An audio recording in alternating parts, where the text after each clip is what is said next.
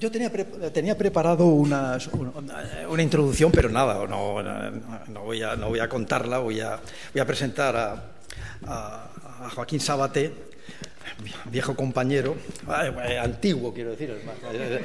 Él está en activo, está en activo todavía, no como otros. Y él viene de Barcelona, de la escuela, es el director del departamento, no sabía que era el director. Sí, entre el 91 y el 99 ha sido. Claro. Estas tareas de gestión son siempre. Ha sido director del Departamento de Urbanismo y Ordenación del Territorio de la Universidad Politécnica de Cataluña. Joaquín Sabaté es doctor arquitecto y licenciado en Ciencias Económicas. Tampoco sabía esto. Yo creo que está muy bien complementar estas dos carreras. Es fundador del Laboratorio Internacional de Paisajes Culturales y director de las revistas Identidades, Territorio, Cultura, Patrimonio y Cuadernos de Investigación Urbanística. Ha dado conferencias por un montón de universidades españolas y americanas. Ha escrito muchos libros y montones de artículos. Entre 2005 y 2013 es chairman del European Postgraduate Master de Urbanismo, Strategy and Design for Cities and Territories, consorcio de 4 universidades, Delft, Lovaina, Venecia y la UPC, para impartir un primer máster europeo de urbanismo. ¡Qué envidia!, ¿no? Lo estás impartiendo, o sea, que está funcionando. Autor de numerosos trabajos e investigaciones de planeamiento urbanístico y territorial en Argentina, Brasil, Chile, España, Italia y Uruguay. Desde 1998 dirige numerosos trabajos de investigación y tesis doctorales sobre recursos culturales y parques patrimoniales de profesionales y académicos de dichos países. En 3 ocasiones distinguido en la convocatoria del Premio Nacional de Urbanismo de España. Investigación, Planeamiento y Rehabilitación.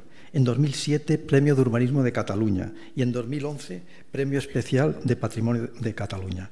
Es miembro asesor de comisiones de investigación en Cataluña, Galicia, País Vasco, España, Holanda, Italia, Chile, Uruguay, Brasil, Argentina. Como ven, Joaquín trabaja mucho en América Latina. Y nada más, darle la bienvenida, pedirle disculpas de nuevo a todos y a Joaquín, y cuando quieras. Bien, muy buenas noches. Muchas gracias, José Ramón. Muchas gracias por tu amabilidad al invitarme y al aula de Ciudad, por permitirme plantear temas que me apasionan en mi trabajo cotidiano y que siempre apetece debatir. La verdad es que yo había preparado una charla pensando que estaba en la Escuela de Arquitectura, o sea, que me dirigía a arquitectos y a urbanistas, y por lo tanto la voy a cambiar sobre la marcha, porque me da la sensación que no todos lo son. Yo había pensado plantearles una charla que tratara, tal como había quedado con José Ramón, sobre un tema que es cómo abordar los planes urbanos y territoriales, porque cada vez más es difícil separar una cosa de la otra. Y yo había pensado hacerlo casi utilizando como hilo conductor un proyecto que realizamos hace ya, bueno, no mucho, 10 años, que tenía el compromiso de transformar un ámbito relativamente dinámico en el centro de Cataluña, con características parecidas a Alicante, más pequeño, solo tiene 1.200 kilómetros cuadrados, una población de unos 200.000 habitantes, por lo tanto algo menor que Alicante, y fue la respuesta al encargo por parte del Gobierno de Cataluña de hacer un plan director urbanístico. Era una cosa totalmente nueva, no se habían abordado antes, pero tiene un cierto parecido con lo que ahora llaman ustedes aquí en la Comunidad Valenciana un plan estructural, que es algo así no tan detallado como los planes generales que estamos acostumbrados a conocer, pero que sí define las características fundamentales de cualquier ciudad a futuro o de cualquier territorio. Y que en alguna conversación que hemos tenido con José Ramón decíamos que quizás Alicante, con un plan del año 87, seguramente le debe convenir revisarlo para adaptarse a tantas nuevas exigencias, cambio climático, brecha social, cambios en la movilidad en las ciudades, y que seguramente sería bien interesante abordar primero esa etapa de un plan estructural que definiera a grandes rasgos qué quiere Alicante, qué quiere de su ciudad, qué quiere de su territorio. Este plan que abordamos, la circunstancia que lo marca es que fue el primero de una serie que luego ha tenido muchísima más trascendencia y por haber sido el primero se enfrentó a retos nuevos y sirvió como encaje de la metodología, y quizá hablaré algo más de cómo abordar un plan, no en concreto de un plan en el Valles, que es una comarca de Cataluña. Este tipo de planes forma parte de una experiencia que veníamos desarrollando tanto en el estudio profesional como en la investigación académica, en muy diversos planes. Aquí se indican algunos: el plan insular de Tenerife, el plan de una comarca costera en Cataluña, el primer parque agrario en el caso concreto del Baix Llobregat, planes patrimoniales sobre el eje de un río muy grande, una nueva ciudad, bueno, llamada eufemísticamente nueva ciudad en Tenerife, planes sobre colonias. Todos ellos tenían algunos aspectos en común, que serían fundamentalmente, que tenían que ver con una cierta escala territorial, que tenían un contenido muy rico en recursos patrimoniales y por lo tanto en elementos que merecen la pena ser muy bien atendidos, y que por lo tanto nos planteaban diversos retos disciplinares. ¿Cómo abordar algo con esa complejidad? Por ejemplo, ¿cómo abordar eso que los urbanistas denominan el proyecto físico del territorio? Porque muchas veces cuando se hace un plan territorial se dibujan bolas, flechas, tendencias, pero no se concreta cuál es el contenido físico, ¿no? O cuáles pueden ser instrumentos de lectura de proyecto en un momento donde todos son incertidumbres. Ya han desaparecido las certezas con las que se abordaba el futuro de la ciudad. Antes todo era mucho más estable. Ahora lo único seguro es el cambio. Todo va cambiando muy rápidamente. O, por ejemplo, cómo introducir los retos ambientales, cada vez más importantes, nos jugamos el territorio, dentro de los planes urbanísticos, o cómo tratar las infraestructuras, como también hace José Ramón, no solo atendiendo aspectos funcionales, aspectos económicos, ni siquiera tan solo aspectos ambientales, sino también aspectos urbanísticos, es decir, cuál es el peso que tienen, cuál es su incidencia, o cómo abordar eso tan tremendo de la falta de viviendas, o la falta de viviendas asequibles en unas ciudades donde la diferencia de clases se incrementa progresivamente. Antes se decía que las ciudades eran ascensores sociales, es decir, que igualaban. O como dijo un filósofo alemán hace muchos años, Stadtluft macht frei. Bueno, traducido quiere decir, el aire de la ciudad os hará libres. Ir a la ciudad suponía tener oportunidades de mejorar. Hoy en día las ciudades están mostrando que cada vez menos es así. Las ciudades son lugares donde se agravan las diferencias en los últimos años, ¿no? Esos son grandes retos que están marcados por esta triada que he puesto aquí de incertidumbre, inexperiencia e interrelación. ¿A qué me refiero con incertidumbre? Voy a poner un ejemplo que en su momento fue muy conocido. En Cataluña hace muchos años la población entre el año casi 50 y el año casi 90 se mantenía en 6 millones. Cual quiere decir que poco productivos que eran los catalanes, ¿verdad? Se mantenía una población totalmente estable. Y el presidente de la Generalitat, entonces Jordi Pujol, hacía mucha propaganda de ello, como si pudiera estar orgulloso de que la población se mantuviera siempre estable, ¿no? Y siempre salía en cualquier parte diciendo: somos 6 millones, somos 6 millones. Hasta que un día, en un viaje que hizo con empresarios a China, le tocó dar una conferencia muy importante. Al lado tenía un alto representante del gobierno de China, y cuando volvió a decir aquello de somos 6 millones, se lo quedó mirando y le dijo: ¿y en qué hotel se hospedan? No volvió a decirlo nunca. Pero lo importante no es eso, lo importante es que fueron 6 millones hasta que de repente fueron 7,5 y nadie había sabido anticiparlo. ¿Qué quería decir esto? Que en los planes ya no hay ninguna certeza. Hay cambios muy radicales, hay crisis económicas, hay grandes migraciones, tanto puede subir como volver a bajar. Y eso que obliga a las administraciones, que obliga a los técnicos que ya no se plantean los planes para un horizonte, qué sé yo, Alicante, 350.000 habitantes, 400, 500.000. No, porque nadie puede asegurar que va a crecer de una determinada manera. Y por lo tanto ahora lo que se suele decir es: hágame usted un plan que si Alicante crece hasta 400.000, vaya bien. Pero si se queda parado en la población, también funcione.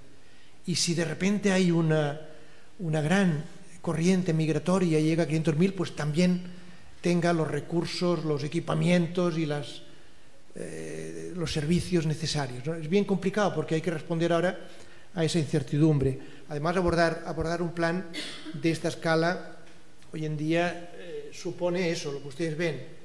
Se tocan todos los temas, las carreteras, los ferrocarriles, los aeropuertos, y está bien que se aborden, está bien que no se decidan desde Madrid las autopistas y los puertos o los cambios en los aeropuertos, porque es importante discutirlo en el territorio, es importante discutirlo donde tiene impactos. Por lo tanto, la complejidad o la interrelación, si quieren. Y en tercer lugar, la inexperiencia. Hemos de ser sinceros y decir: no tenemos una gran experiencia en España, no la tenemos en Cataluña tampoco, a pesar de que hemos hecho media docena de planes territoriales. Los mejores no se aprobaron, los más interesantes no se aprobaron nunca. Entonces se aprobaron aquellos que no tenían casi trascendencia, los que no decían nada, los que eran de amplio espectro, es decir, no molestaban, por lo tanto se podían aprobar porque no contribuían. Por lo tanto, no tenemos la experiencia, estoy exagerando mucho, ya se imaginan, no tenemos la experiencia que tienen los holandeses, por ejemplo, que revisan todo su territorio cada 10 años y cada 10 años cambian el plan, lo debaten muchísimo y cuando lo han aprobado todos a una, con ese espíritu que les caracteriza, van a desarrollarlo. El espíritu que se llama, como sabe mi compañero, Polder, el espíritu Polder. Ojalá tuviéramos ese espíritu y esa capacidad de afrontar las cosas. ¿Cómo hacer, por lo tanto, para abordar hoy en día un plan en un momento de grandes complejidades? Yo les cuento lo que hicimos en un determinado momento. No nosotros, mucha gente. El gobierno de Cataluña, Oriol Nel, que estuvo aquí hace unas semanas, me parece, la gente de la universidad, nos planteamos toda una serie de principios muy simples. Cosas como, por ejemplo, vamos a intentar favorecer la diversidad del territorio, vamos a potenciar el patrimonio urbanístico, vamos a moderar el consumo de suelo, vamos a reforzar la estructura existente en lugar de crear nuevos ámbitos, vamos a pensar en los temas de movilidad, vamos a facilitar una política de vivienda asequible, cosas que nos podemos poner de acuerdo porque son obvias, es fácil acordarlo, pero si lo debatimos mucho, si nos ponemos de acuerdo todos, políticos, alcaldes, urbanistas, la universidad, al final casi por ese consenso, que no es Polder, pero podría serlo, acaba convirtiéndose en una herramienta muy útil, muy potente. Y la otra cosa que le planteamos en ese momento al gobierno es, quizá hoy en día, como el territorio es muy complejo, hay que descomponerlo en capas para poder leerlo bien, para analizarlo adecuadamente y luego volver a componer esas capas. Esto es lo que se quiere representar con esta imagen de mi tierra natal, de la isla de Tenerife, donde hay una serie de capas, enseguida las presentaré, una capa que se llama el territorio o la forma del territorio, una que se llama el soporte estructural, servicios, carreteras, trenes, etcétera, y otra que se llamaría los asentamientos y las actividades. Se trataría, en definitiva, de analizar, estudiar ese territorio tan complejo, separando las cosas para volver a juntarlas, pero esas cosas están muy interrelacionadas, por lo tanto no podemos imaginar que las separamos para que tratemos de proyectarlas por separado. No, lo hacemos para volver, primero para simplificar y luego para volver a juntarlo. Vamos a verlo con un ejemplo rápido. Forma del territorio. ¿Cuál sería el objetivo del análisis del territorio? Preguntarle a cada parte del territorio qué quiere ser y que el territorio te respondiera: yo quiero ser riera, yo quiero ser huerto, yo quiero ser montaña, yo quiero ser zona industrial, yo quiero ser extensión de media densidad. Ese preguntarle al territorio los urbanistas, los arquitectos, estamos acostumbrados a hacerlo dibujando una vez, dibujando otra vez, es decir, intentando entender qué nos pide el territorio. No qué queremos hacer nosotros, sino qué condiciones tiene, cómo podemos tratarle bien, tratarle con respeto. En definitiva, no es otra cosa. A mí me recuerda esto un fragmento de un texto que le leí a una persona que le tengo una gran admiración, que es Juan Antonio Marina, que es un filósofo y también poeta, y explicaba en uno de sus libros algo así como que él iba andando un día por el campo y le acompañaba un amigo, y de repente se gira hacia el amigo y le dice: ayer le pregunté a las piedras. Y el amigo se lo queda mirando y le dice: Juan Antonio, te has vuelto loco, las piedras no hablan. Y se lo mira muy fijo y le dice: será que no le haces bien la pregunta. Ese hacer bien la pregunta al territorio, ese interrogar qué quiere ser, qué condiciones tiene, es un poco lo que entendemos que deben empezar haciendo los planes. Deben empezar reconociendo qué quiere ser hoy. Luego ya vendrán las necesidades de los crecimientos, de los polígonos industriales, de las actividades, pero hoy qué quiere ser. Por lo tanto, cómo es el suelo, qué condiciones tiene de riego o de asoleo, qué se ha construido últimamente, para acabar identificando que hay áreas agrícolas de secano, de regadío, de media montaña, hay bosques protectores. No es que sean bosques que protejan a otros bosques, sino que protegen los nacientes de las cuencas, cuando son tan importantes porque recogen la humedad para luego canalizarla por las cuencas. ¿Y cómo se hace eso? Dibujando muchas cosas bien diferentes. Por ejemplo, aquí dibujamos la geología, dibujamos características morfológicas, dibujamos la topografía, dibujamos, los hábitats, la agricultura, el riego. Dibujando una y otra vez, acabamos intentando reconocer qué quiere ser cada parte del territorio hoy. Si no se hiciera nada, si no tuviéramos ningún tipo de crecimiento, si no hubieran nuevos ferrocarriles, y ese qué quiere ser el territorio nos sirve para unir los espacios de mayor interés, los espacios abiertos, trabarlos entre sí con eso que los ambientalistas, que saben muchísimo, llaman los conectores ecológicos, pero que en términos muy generales serían fundamentalmente las rieras o las vías pecuarias. Es decir, aquellos lugares por donde discurre la vida, discurren los animales, discurren las semillas, que consiguen trabar bien todo el conjunto de parques urbanos, plazas, pero también parques territoriales, espacios de alto interés natural, bosques, montañas, etc. Los biólogos saben muchísimo de esto, y los arquitectos o el resto de disciplinas que intervenimos en el territorio tenemos muchísimo que aprender. Yo siempre pongo un ejemplo de uno de los más grandes biólogos, que se llama Richard T. Foreman, da clase en Harvard. Yo recuerdo que hace muchos años me compré un libro magnífico, así de gordo, así de grande, en inglés, de matrices ecológicas. Y siempre digo que es un libro espectacular, de un nivelazo increíble en su disciplina, y que va muy bien para irse a dormir, ¿verdad? Porque pesa mucho, está en inglés, cuesta más de leer y uno acaba durmiéndose.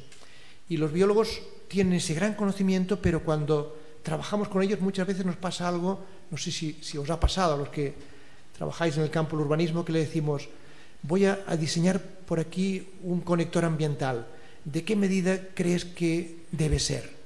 Y te contestan: depende. Bueno, sí, ya sé que depende, pero tengo que ponerlo porque nosotros al final tenemos que dibujar algo. Hombre, depende si es para jabalíes, o si es para que corra el agua, o si es para que pasen los lagartos. Y tiene toda la razón. Y ese Richard Foreman, seguramente algo de eso yo, que después de haber escrito libros espectaculares de enorme interés, de un valor científico incalculable, sacó un libro muy sencillo donde fundamentalmente habían dibujos. Habían dibujos de cómo deben ser las áreas para tener mayor diversidad. Cosas muy, muy simpáticas, ¿no? Cuanto más irregulares, mejor. Dice Foreman, Él pone, no la pone él, pero es igual, seguramente podría ponerla. Pone una pregunta que dice: ¿dónde cree usted que hay la mayor diversidad? ¿En un bosque magnífico de robles o en un campo de trigo? Y la gente tiende a contestar muy rápidamente en el bosque de robles, porque el robledal siempre es algo... ¿No? Entonces contestan: en el campo de trigo, tampoco. En el borde, justo en la línea donde una cosa se encuentra con otra, porque ahí se mezclan, digamos, riquezas de uno y de otro, ¿no? Este tipo de cosas que dichas así parecen tan elementales, pero que llevan detrás un gran conocimiento disciplinar, permiten, al dibujarlas, empezar a traducirlas para llevarlas al proyecto de un territorio. Permiten construir eso que se llama la matriz ambiental o la matriz ecológica o el mosaico territorial. De muchas maneras permiten, lo que antes decía, reconocer esas áreas homogéneas. El plan también está obligado a trabajar con los riesgos. Antes, en muchas ocasiones, cuando se hacía un plan, se hacía todo lo que se pensaba que era razonable hacer, y algún día alguien decía: oiga, pero atención, que hay riesgos. Hay riesgos geológicos, hay riesgos de subsidencia, hundimiento del suelo, de inundabilidad. Me parecía como si fuera una cosa que se añadía, que una vez pensado cómo era el futuro de la ciudad del territorio, llegaba, pero llegaba tarde. Hoy en día los planes arrancan precisamente de esta consideración. Me parece que es algo absolutamente rotundo, innegable. El cambio climático nos está sometiendo a situaciones de absoluta emergencia y todos somos conscientes, todos hemos vivido más o menos cerca, y por lo tanto hoy un plan debe empezar considerando qué problemas tiene, qué problemas de inundabilidad o sísmicos o geológicos, etcétera, etcétera. Bien, esto es lo que en definitiva comprendería esta primera parte, esta primera capa, el territorio. Averiguar cuál es la vocación de cada parte del territorio, dibujarla como si nada fuera a cambiar. Y por lo tanto, como si donde hay huertas se fueran a quedar huertas, donde hay montañas se fuera a quedar montaña.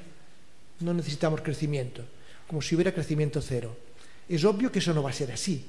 Es obvio que las ciudades, poco o mucho, se reestructuran, cambian, a veces crecen, que de vez en cuando hay un nuevo trazado de transporte público, que de vez en cuando hay la necesidad de establecer un área para actividades económicas, y de eso tratarán las otras dos capas. Es decir, la primera dice lo que yo quisiera ser, lo que yo, territorio, me gustaría en función de mis aptitudes. Pero vamos a la segunda. La segunda tiene que enfrentarse a lo que le da sentido a la ciudad, a lo que le permite sobrevivir, que es la estructura. La estructura son muchas cosas, cada vez son más cosas. La estructura son los servicios, el suministro de agua, el alcantarillado. La estructura son hoy en día muchísimo las telecomunicaciones, la fibra, el estar conectados. La estructura es el transporte público. La estructura también, obviamente, son las carreteras y los ferrocarriles. Esta segunda capa, este segundo gran capítulo, trata de todo eso. Pero me voy a referir solo a dos ejemplos, que son los que habitualmente los planes suelen tener muchísimo peso, que son los trazados ferroviarios y los trazados de carreteras. Cuando llegamos a este territorio, descubrimos que estaba surcado por dos líneas de tren. Una es la Renfe y la otra son los ferrocarriles de Cataluña, que iban en paralelo, por dos vías paralelas, que llegaban a Manresa, todas ellas, y que luego continuaban hacia Lérida o hacia Tarragona, y que tenían una particularidad. Habían sido construidas la línea algo así como en 1850 aproximadamente, y hoy iban exactamente a la misma velocidad. No, mentira, no lo digo bien. Hoy tardaban exactamente lo mismo en llegar a Manresa que en 1850. Iban a otra velocidad, pero paraban más. Digamos, claro, cogían a mucha más gente que lo que hacían en el siglo XIX. Por lo tanto, dos ferrocarriles, pero con un muy mal servicio. Y en un momento determinado, el gobierno de Cataluña se plantea construir un gran ferrocarril en diagonal que arranca desde Francia y que irá a parar al puerto de Barcelona, al puerto de Tarragona y luego continuará hacia Valencia, hacia Madrid. ¿Por qué un ferrocarril en diagonal? Porque las líneas de la costa, es decir, todos los trazados ferroviarios que van por la costa están muy saturados y por lo tanto se plantea que ese ferrocarril descongestione y lleve carga. Por lo tanto, mercancías. Es necesario para llevar mercancías y conectar territorios. Bien, cuando se plantea esto, el gobierno había dibujado este trazado que ustedes ven aquí.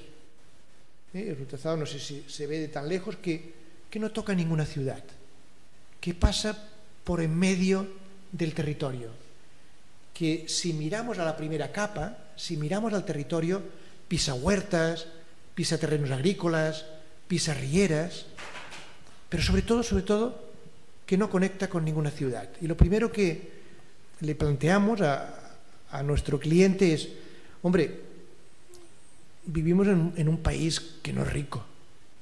En España no podemos decir que seamos ricos, hemos hecho muchas barbaridades en el campo de la infraestructura, pero es impensable hoy en día hacer un ferrocarril que solo sea de mercancías. No tiene sentido. O sea, con lo que cuesta hacer un tren, que sirva para todo, que sirva para personas y para mercancías. Y por lo tanto, si se va a hacer un tren, vamos a acercarlo a la ciudad, porque si no estamos perdiendo una gran oportunidad. Hicimos este segundo trazado y descubrimos, hombre, que ganaba más porque se acercaba a 2 ciudades, que permitía subir y bajar pasajeros, pero todavía no estábamos del todo satisfechos y al final decidimos que tocara 2 ciudades, pero que pasara casi al lado de la autopista. Y alguien se preguntará, ¿y por qué? Bueno, es muy sencillo de explicar, al menos de manera comprensible. Cuando se hace una autopista hay una franja de afección, ¿verdad? Crea una servidumbre. Hay terrenos que ya se han expropiado, que son públicos. Por lo tanto, qué mejor que el ferrocarril discurra lo más pegado posible a esos terrenos para no crear una nueva herida en el territorio. Así de simple.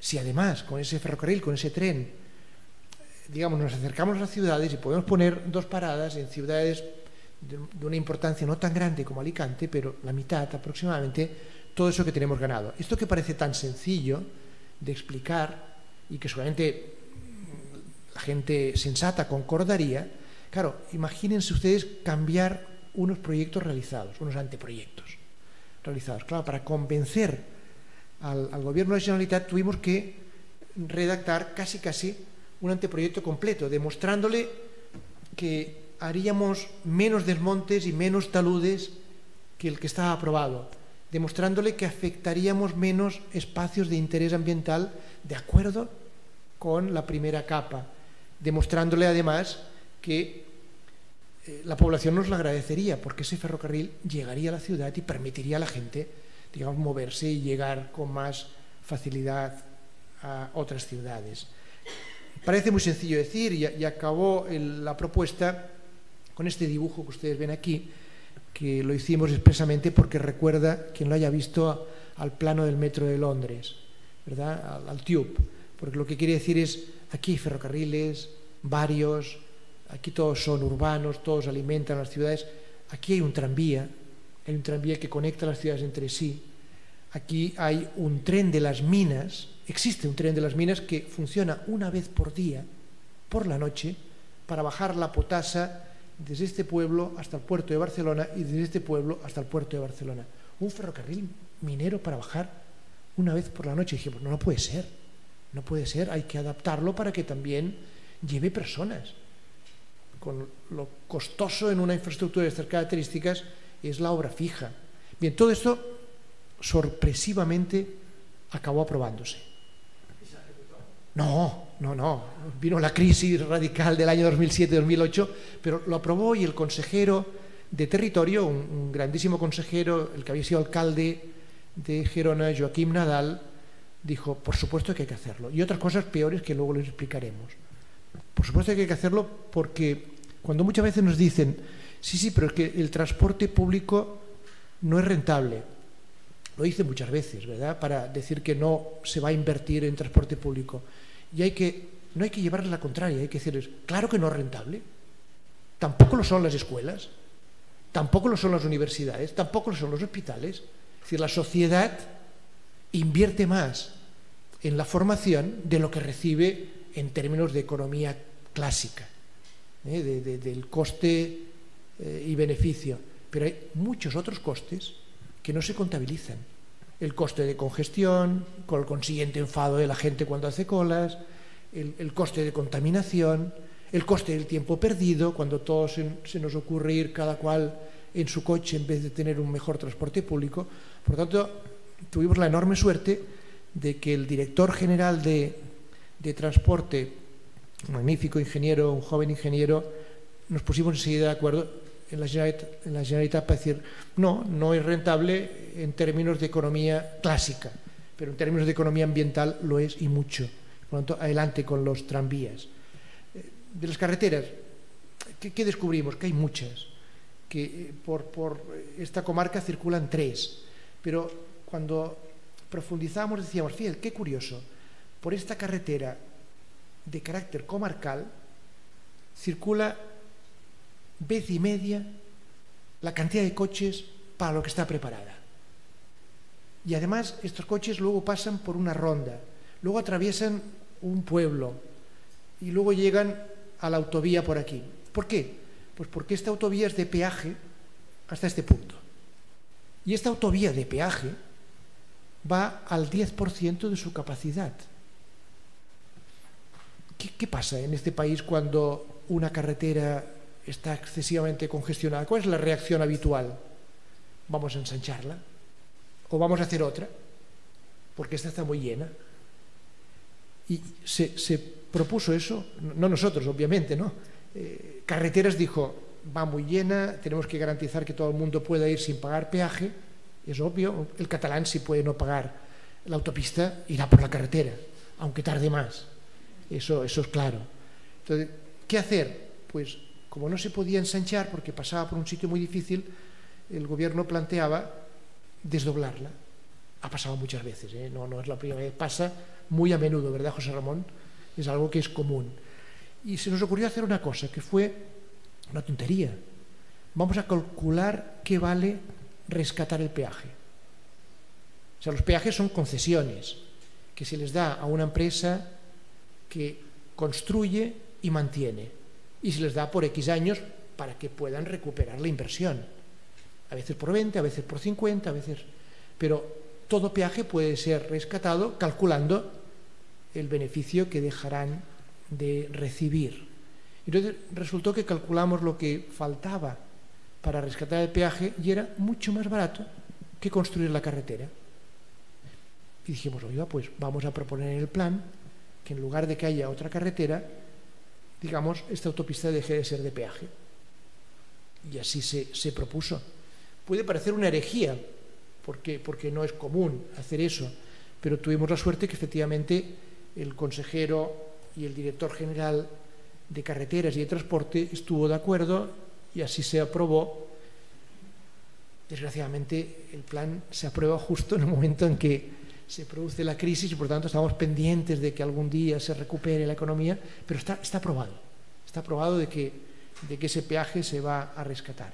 Bien, para no aburrirles más con el tema de carreteras, se discutió cómo mejorar estos trazados, a partir de qué criterios, se establecieron toda una serie de criterios y a partir de ahí se discutió cómo hacer variantes, lo típico de cualquier plan, ¿no? Cómo desviar una autopista para permitir un crecimiento, cosas que ya no son tan habituales de cualquier plan. Y finalmente lo que se dijo es, lo importante no es la imagen final, lo importante no es cómo serán las infraestructuras de aquí a 20 años, que era el horizonte, sino cómo irán siendo. O sea, usted lo que tiene que proyectar no es la imagen última, porque pueden pasar muchas cosas, y evidentemente pasaron, sino si el territorio va cambiando de esta manera, de aquí a 4 años necesitaremos tener hechas estos trazados. Si la economía sigue yendo bien y se produce el crecimiento esperado, podremos mejorar esta otra vía diagonal, podremos rescatar este otro tramo del peaje. Y así, si vamos siguiendo por etapas, es decir, una idea más secuencial. no de todo aquello que quiero, sino de aquello que podemos ir incrementalmente introduciendo sobre el territorio. Y efectivamente al final puede ser que lleguemos a este tipo de estructuras donde este peaje ya no existe, donde incluso este trazado de la autopista que cortaría una ciudad se ha desviado. Otra posible herejía, desviar una autopista en un plan urbanístico o territorial. Lo mismo, se calculó que costaba desviar la autopista, que costaba puentearla o pasar por debajo para los terrenos que eran públicos, que estaban al otro lado, pudiera ver el barrio que era necesario o completar el barrio, y bueno, era mucho más rentable. Bien, voy a la tercera de las capas, que se llamaría asentamientos y actividades económicas. En esta capa se trata de discutir cuánto deben crecer o reestructurarse las ciudades, de qué manera, con qué características. Y habitualmente para hacer eso muchas veces hay estudios muy sesudos, cientos y cientos de páginas de análisis económicos, de análisis sobre las actividades. Los economistas sabemos que la mayor parte de esos estudios están bien, sirven para rellenar, pero pocos de ellos son los que ayudan de verdad a tomar las grandes decisiones. Y en este caso concreto, lo que encontramos es que había una serie de factores, que ahora los explicaré, intentaré hacerlo de manera sencilla porque son muy de economista, que se llaman el índice de autocontención y el índice de autosuficiencia. El índice de autocontención es medir cuánta gente de un territorio, de Alicante, por ejemplo, que vive en Alicante, trabaja en Alicante. Claro, si el 100% de las personas que viven en Alicante trabajan en Alicante, diremos, hombre, pues mucho más sencillo, porque no habrán movimientos fluctuantes para ir a Elche o para ir a cualquier otra ciudad. Y por tanto deberemos aplicarnos mucho en mejorar el transporte público de Alicante. Si el 50% solo trabaja en la ciudad, querrá decir que mucha gente se desplaza y tendremos que pensar en transporte interurbano. Y el índice de autosuficiencia es algo muy parecido, pero visto al revés. Es decir, ¿cuántos empleos existen hoy en Alicante y cuántos de ellos se cubren con gente que vive en Alicante? Si se cubren el 100%, querrá decir que no viene gente de fuera y por lo tanto no hay flujos externos de entradas en la ciudad por las mañanas, de gente que se va por las tardes. Bueno, son datos, no son ni buenos ni malos, son simplemente datos, pero descubrimos que en esta comarca tanto el índice de autocontención como el índice de autosuficiencia eran muy altos, lo cual permitía decir, hombre, es una buena oportunidad para pensar en transporte público, porque si la gente se queda en un ámbito relativamente acotado, la mejora en el transporte público puede ser una gran mejora en la vida de las personas. Por lo tanto, eso nos llevaba a reforzar la idea del tranvía, a reforzar la idea del tren regional, etcétera, etcétera, ¿no? Por lo tanto, las capas se relacionan entre sí. Se había relacionado también cuando decíamos, no, el tren por aquí no, porque está estropeando las mejores características de los terrenos agrícolas, ¿no? El otro aspecto fundamental al hacer un plan así es saber que hay crisis económicas, lo sabemos, y son gravísimas, pero que la estructura económica de una comarca, cuanto más grande sea, más estable es. Sabemos que la agricultura pierde peso, sí. Sabemos que los servicios aumentan mucho, sí. Sabemos que la industria se está deslocalizando, de acuerdo, pero todo eso se está produciendo muy poco a poco. Es decir, no es habitualmente radical. Por lo tanto, si eso es así, podemos prever en una comarca suficientemente grande que los servicios continuarán incrementándose, que las industrias serán cada vez menos industrias básicas, en el caso que estoy tratando de Manresa, ¿verdad? Que la agricultura perderá un cierto peso y por lo tanto podemos a continuación decir ¿cuántos empleos habrá en la industria? Tantos. Pues hay un empleo cada 50 metros cuadrados. ¿Cuántos en los servicios? Tantos. Pues hay un empleo cada 20 metros cuadrados de construcción. ¿Cuántos en eso que pomposamente se llama logística, que es una especie de palabra mágica, ¿verdad? Que quiere decir almacenes.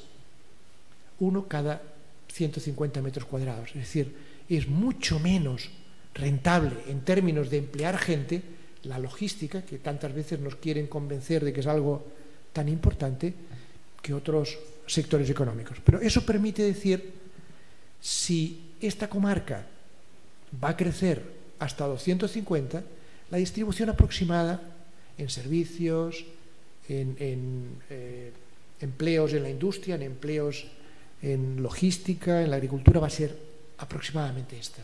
Si crece hasta 300 será esta, y si crece hasta 350 será esta otra. Y si se mantiene estable, ya estamos bien.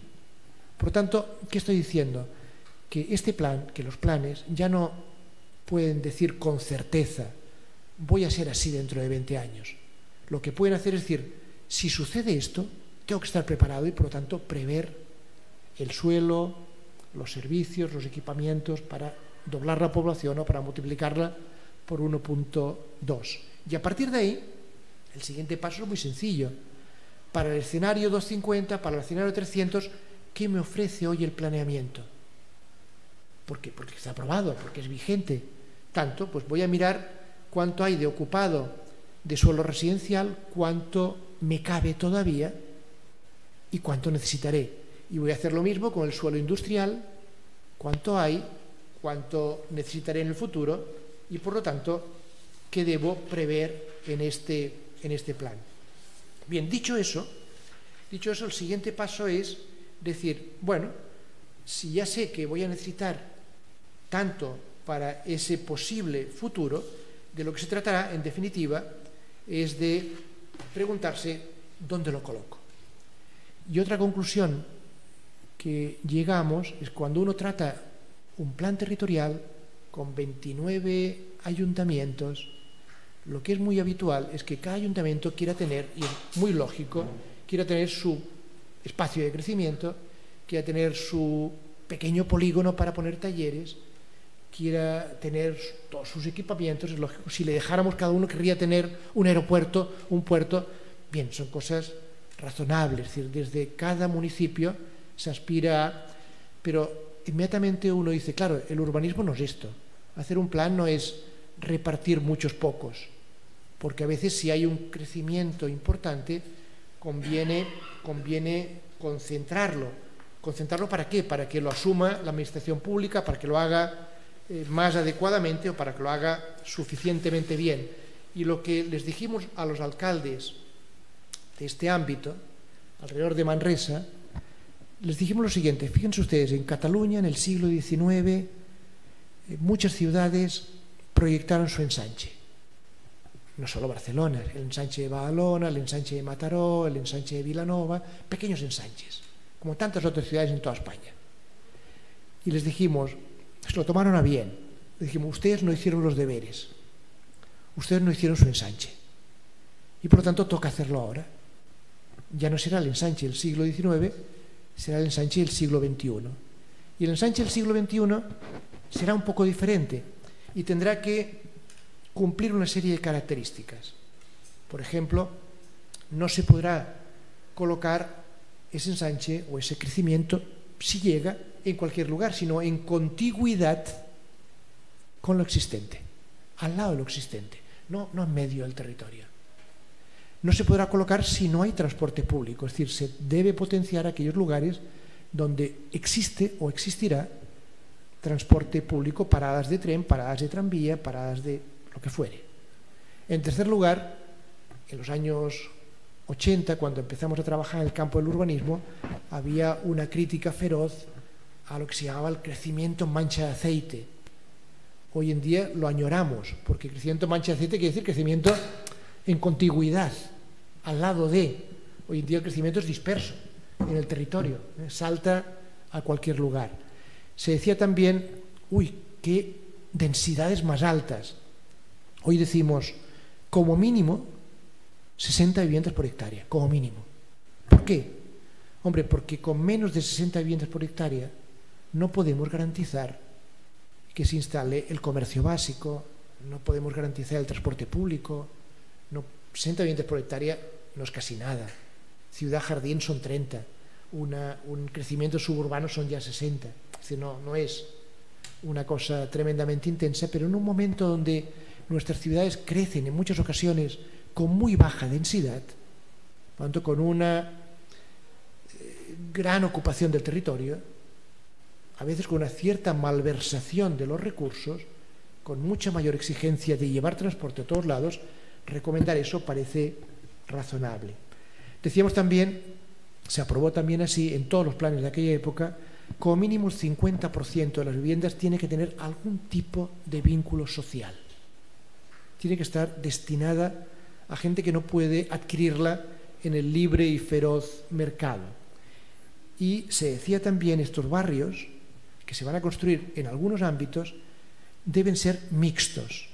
Mixtos quiere decir mixtos en cuanto a tipos de vivienda diferentes, en cuanto a destino diferente, en cuanto no solo viviendas, sino también actividades, no solo una tipología de personas. Cuanta más mixtura, mejor. Este es un principio casi de la ecología. Cuanto más mezclemos, más resistentes seremos todos. Bien, esto fue lo que se acabó aprobando, una serie de ámbitos donde habría un mayor crecimiento y se acompañó de lo que se denominaban proyectos estratégicos, que son algo así como aquellos que ayudarían a acelerar la transformación deseada, ¿verdad?, con un cierto incentivo. Proyectos estratégicos, por ejemplo, a nivel de la primera capa, recuerden, territorio, sería un parque agrario, sería una mejora de las vías para llegar con los camiones antiincendios a los bosques, sería un plan de senderos culturales, un proyecto estratégico en la segunda capa, transporte, sería el tranvía, el tren minero que pasa a ser tren de pasajeros, y un proyecto estratégico en la tercera capa sería cómo imaginar un nuevo barrio residencial o un nuevo polígono industrial. Y aquí les pongo el ejemplo de algunos que el plan incorpora. Aquí se prevé, al sur de Manresa, que puede haber algún día llegará un cierto crecimiento residencial, y el plan estructural o el plan director urbanístico lo que hace es analizar los caminos, analizar las vías fluviales, analizar las pendientes, ver la calidad agrológica, quiénes son los propietarios, dónde están los terrenos de mayor interés ambiental, y al final proponer una estructura como ven aquí, fundamentada en una cierta malla, en una cierta ordenación viaria, para decir, de todo esto, lo único importante es que usted se separe de este río, porque es un espacio de enorme interés, que usted pase el transporte público por aquí, que estas dos vías, Ececardo y Decumanus, sean los que orienten el futuro crecimiento, y el resto seguro que lo harán mejor quienes vengan. Lo harán mejor dentro de 10 años, lo hará gente muy competente, pero el análisis del territorio ha servido para dejar pautadas una serie de cosas. Por lo tanto, dibujando una y otra vez en diferentes ámbitos, se marcaban criterios para los planes que vendrían después. Aquí vemos algunos, no me entretendré en explicarlos, pero planes que eran de extensión o que eran, por ejemplo, de reestructuración. Aquí se dice, en este barrio de Manresa, que se debe reestructurar, es muy importante que usted respete el trazado de un antiguo canal. Es muy importante que usted se separe de la ronda y que ponga aquí los equipamientos. Y el plan que vino después así lo hizo. Respetó el antiguo canal, aquí lo tiene, lo convirtió en un parque lineal, se separó de la ronda, poniendo aquí los espacios libres y todos los equipamientos, y dispuso la arquitectura como le pareció mejor. Voy acabando. Cuarta capa. ¿Sí? Ah, vale. Sí. Muy bien, lo voy a tener en cuenta y lo voy a dejar más quieto. La cuarta capa tendría que ver con el patrimonio cultural. Les había dicho que habían 3 capas, pero en este plan introdujimos una cuarta porque era un territorio con mucha riqueza de recursos culturales, un territorio de antigua industrialización, un territorio de minería, un territorio de barracas de viña, un territorio con monasterios, un territorio con iglesias románicas. Por lo tanto, todo eso tenía mucho que ver con un plan que habíamos hecho del eje patrimonial del río Llobregat, donde intentábamos poner en valor un río y todos los recursos, explicando historias. La primera que explicamos es: el río Llobregat es el más trabajador de Europa. La gente se quedó así como diciendo: ¿y por qué? ¿Por qué el Llobregat? Y la explicación que les dimos, miren, muy simple. El pobre río Llobregat, cuando nace aquí en el Pirineo, al cabo de unos pocos metros, empieza a mover molinos. Un poco más adelante ha dado, con el paso de los siglos, lugar a un territorio muy rico en cemento y en carbón. Cuando llega un poquito más abajo, ha movido las turbinas de 15 colonias industriales.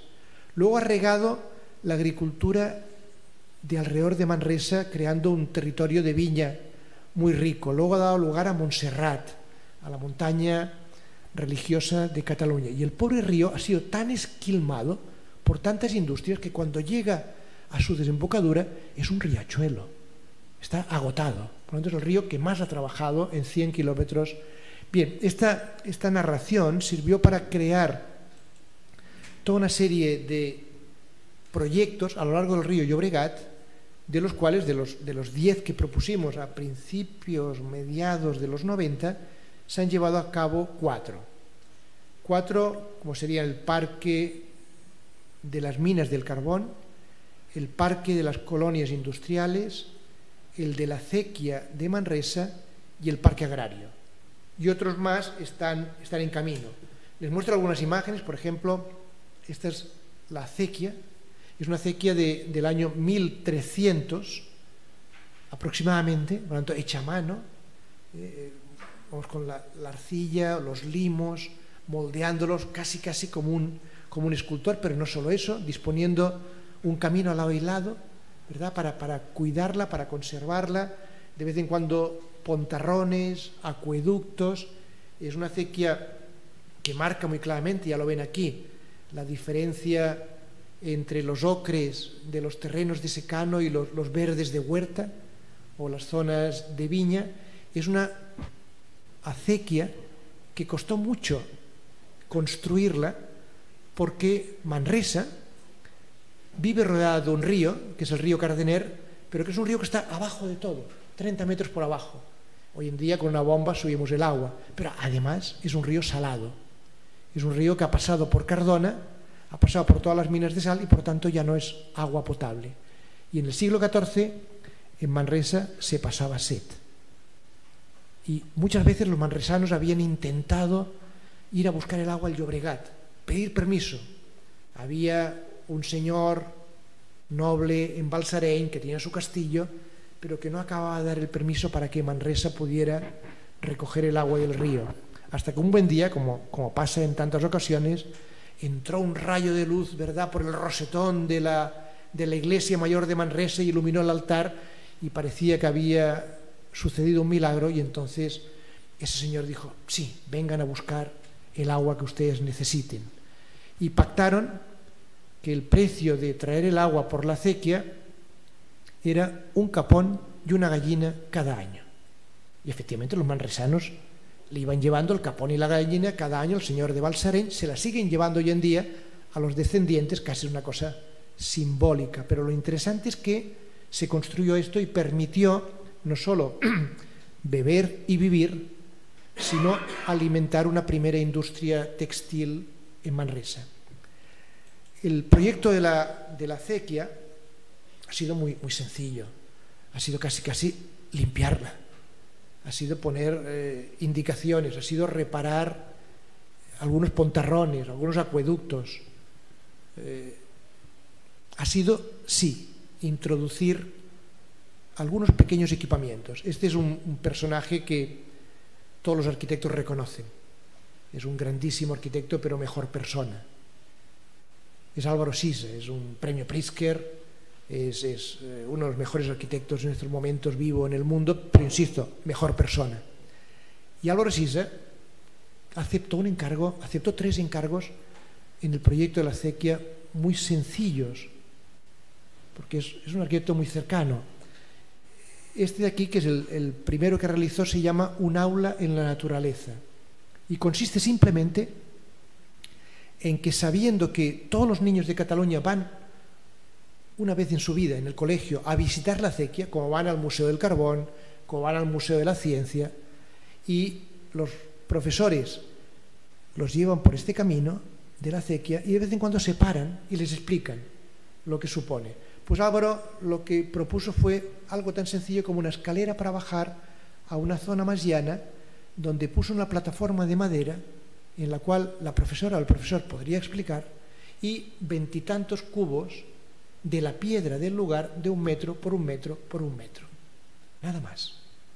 Esos 20 y tantos cubos repartidos en ese territorio, esa plataforma de madera, esa escalera que bajaba, era una intervención tremendamente respetuosa, era casi land art, arte sobre el territorio, y fue una tremenda mejora. El Parque Agrario, por explicar otro, es un proyecto que ha llevado y sigue llevando muchísimos años de sangre, sudor y lágrimas, porque hay un conjunto de agricultores que reclaman su defensa, y el que menos tiene 70 años, es decir, tiene un mérito tremendo. Yo recuerdo que la primera vez que me entrevisté con ellos, me dijeron algo así como: queremos un parque agrario. Años 90, principios. Y la pregunta mía fue enseguida: bueno, ¿y qué es un parque agrario? Porque en aquellos momentos no lo sabíamos. Y me confesaron: no lo sabemos exactamente, pero es algo bueno. Es algo bueno, porque luego me hizo pensar, y tenían razón, porque hoy en día, cuando queremos decir que algo es más que un polígono industrial, un conjunto de fábricas, decimos es un parque industrial. Cuando queremos decir que es algo más que un par de campos de fútbol, decimos que es un parque deportivo, ¿verdad? O en vez de un barrio de oficinas, decimos es un parque de oficinas. Entonces, un parque agrario era un territorio agrícola más rico, más cuidado, más interesante que otros. Claro, cuando me dijeron eso, yo les pregunté: ¿por qué quieren ustedes defender el parque agrario? Lo hemos hecho toda la vida. Bueno, pero ustedes van a seguir mucho tiempo. No, seguramente no seguiremos mucho tiempo. Ah, bueno, ¿lo hacen para legárselo a sus hijos? No, de ninguna manera. Me dijeron casi unánimemente. No, es un trabajo muy difícil, muy agotador, y por lo tanto queremos que nuestros hijos estudien cualquier otra cosa. Yo les dije: pero vamos a ver, ustedes saben que estos terrenos hay una presión tremenda de la industria, del crecimiento residencial, que les pagarán una barbaridad para transformarlos. Sí, que lo sabemos, sí. ¿Y quieren hacer un parque agrario? Dijeron todos: sí, unánimemente. Y yo dije: con ustedes al fin del mundo. Si ustedes están decididos a eso, hay que hacer un parque agrario, porque han sido los constructores de ese territorio, y fíjense ustedes qué calidad que tiene, ¿no? Aquí hay 100.000 pequeñas decisiones en un delta para mantener un delicado equilibrio, que el agua llegue a todos los lugares, que no se inunde porque está en parte por debajo del nivel del mar. Y lo que se propuso fue estudiar qué condiciones podría tener este parque agrario, cómo mejorar la permeabilidad para que se recargara el acuífero, cómo corregir sus caminos, cómo reconstruir aquellos que habían sido destruidos por trazados descuidados, cómo controlar la circulación, cómo introducir, en definitiva, proyectos que pudieran ayudarles a vivir con mayor dignidad. Era eso, simplemente. Pero además, con la conciencia de que hoy en día hablar de agricultura es hablar de ese nuevo metabolismo urbano que necesitamos. Es decir, necesitamos reconstruir una relación diferente entre lo urbano y lo rural. No opuesta. En definitiva, necesitamos una simbiosis, lo que los entendidos le llaman el metabolismo urbano, porque un territorio agrícola alrededor de una ciudad es un territorio mucho más resiliente, es una palabra un poco pedante, resistente si quieren, más rico. Y porque hoy en día hablar de agricultura, hablar de espacios agrarios, es en definitiva hablar de alimentos. Y aquello que antes nos parecía muy lejano, hace años se decía alimentos ecológicos, alimentos kilómetro cero, agricultura de cercanía, cada vez va a ser más importante. Ya sé que hay gente que dice: no se preocupen ustedes, La agricultura periurbana no tiene sentido porque acabaremos cultivando en edificios, acabaremos haciendo edificios grandes que serán invernaderos verticales, o acabaremos comprando lo que se produce muy lejos.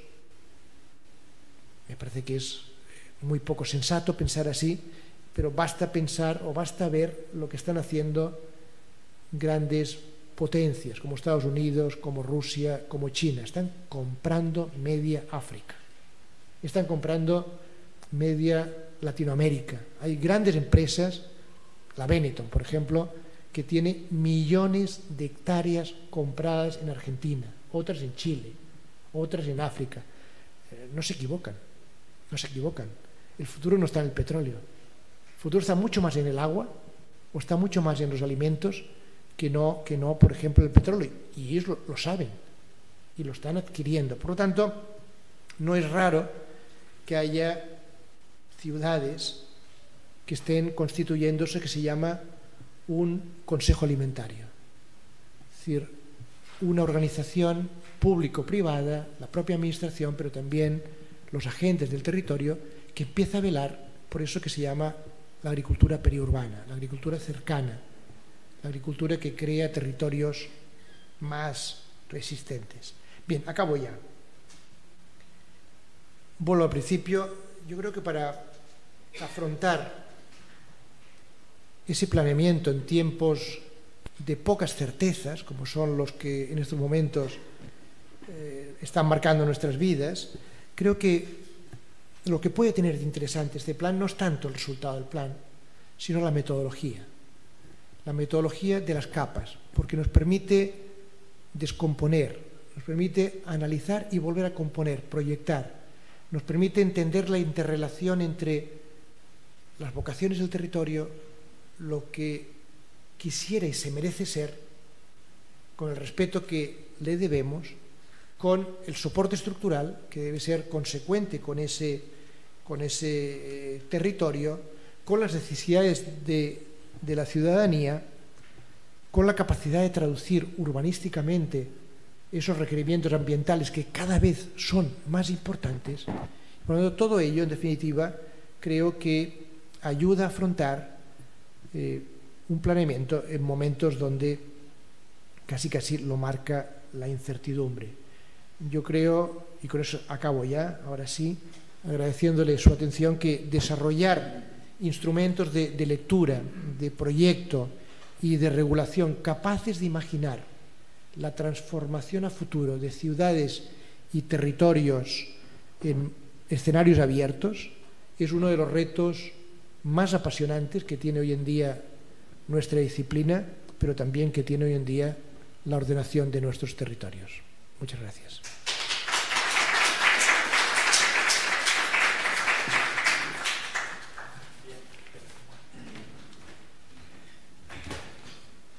Muchas gracias, Joaquín. Vamos a iniciar un debate, un turno de preguntas. Antes quería, con todos ustedes, quería decir algo, ¿no? Es que nos acompañan aquí hoy unos vecinos que están de enhorabuena, una asociación de vecinos que acaba de ganar un juicio al ayuntamiento en temas de ruidos, ¿no? La Asociación del Centro, que merece un aplauso. Es una asociación que lleva años combatiendo contra los ruidos generados por la oleada turística, ¿no? Y bueno, han desarrollado muchas acciones, pero la última que acaban de ganar es denunciar al ayuntamiento por alterar, por infringir derechos fundamentales de la Constitución. O sea, toma ya, el artículo 15, ¿no? Y lo han ganado hoy. A ver, naturalmente esto, yo creo que es un triunfo moral, pero bueno, es un gran triunfo, ¿no? para los ciudadanos. Bien, eso que no quería que se me olvidase. Bueno, a ver, ¿hay una pregunta? Bueno, pues como no, empiezo yo. A ver, Joaquín, bueno, antes de nada quería decirte una cosa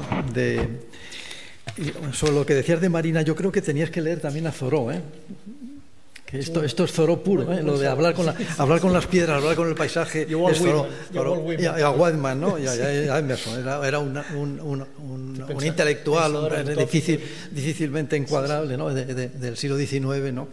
Bien, a ver, Joaquín, tengo muchas cosas que preguntarte, precisamente hablando de los vecinos, hablando de vecinos. No has hablado nada de los agentes,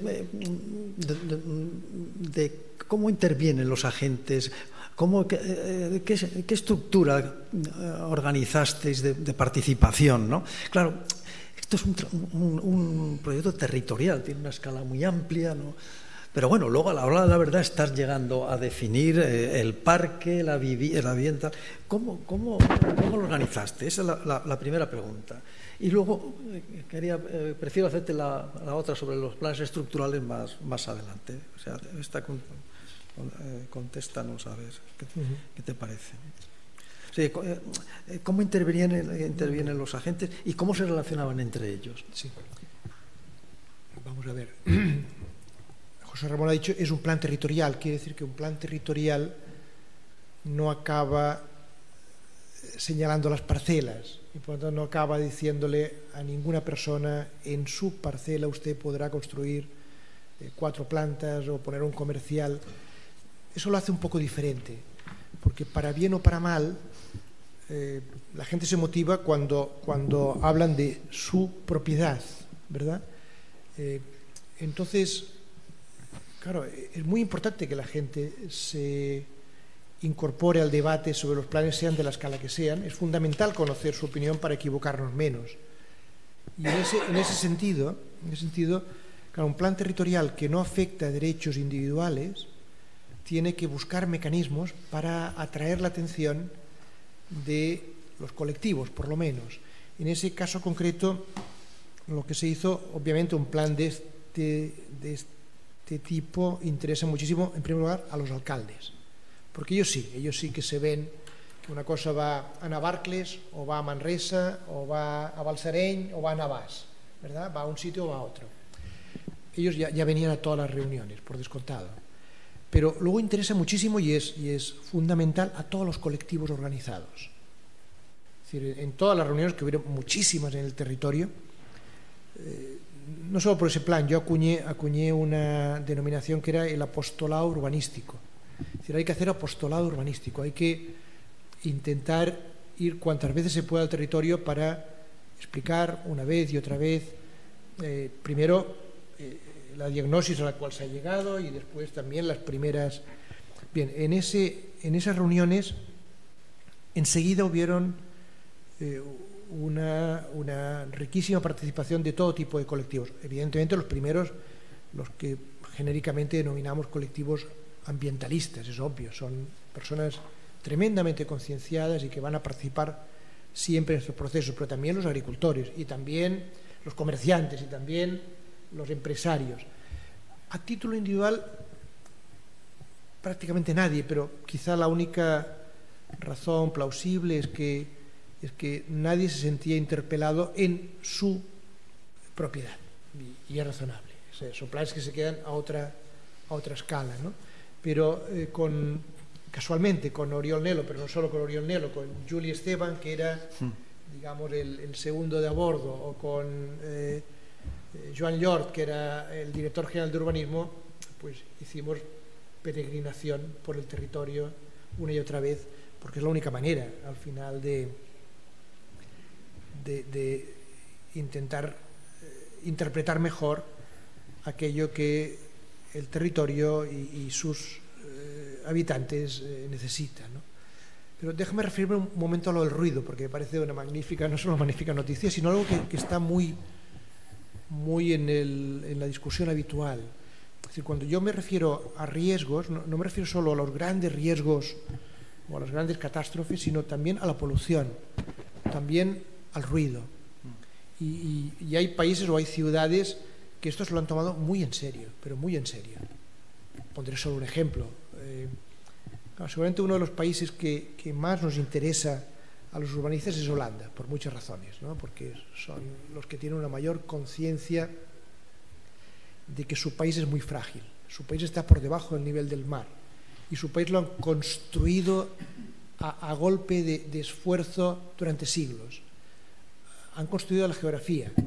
A un holandés, cuando tú le hablas de tu territorio, te mira como muy fijamente y te vendrá a decir: a usted se lo regalaron, le regalaron los ríos, le regalaron las montañas, le regalaron los bosques. Y a continuación, si le picas, te dirá: yo no sé si Dios creó el mundo, pero Holanda no. Holanda la construimos los holandeses. O sea, la rescataron del mar. Cuando uno ve un plano de Holanda del siglo XV, ve que todo era casi agua, lo que hoy es territorio. Entonces tiene esa enorme conciencia y saben que si tú plantas un árbol mal plantado, yo lo planto aquí, en tu casa puede haber una inundación, porque todo es un equilibrio tremendamente inestable. Pero voy al ruido, para no olvidarme. Hacía muchos años, muchísimos años, los habitantes de Ámsterdam, donde está el aeropuerto de Schiphol, consiguieron que se limitara el uso de determinados aviones porque hacía mucho ruido. Y el aeropuerto de Schiphol, que es uno de los más importantes de Europa, tuvo las santas narices de prohibir los DC-10. Luego lo han seguido muchos otros. Luego, evidentemente, muchos aviones antiguos se van retirando. Pero el primero que se atrevió a decir: por encima de mi territorio no pasarán aviones que, digamos, vulneren el nivel de ruido que se considera admisible, fue Schiphol. Los demás lo vamos copiando, afortunadamente, no todos, pero lo van copiando. Es decir, este tema del ruido lo tienen absolutamente clarísimo, como el de la polución, como el de la fragilidad del territorio, y yo creo que va a ser cada vez más una exigencia razonable. Digamos, las exigencias crecen a medida que crece el nivel de concienciación de una sociedad.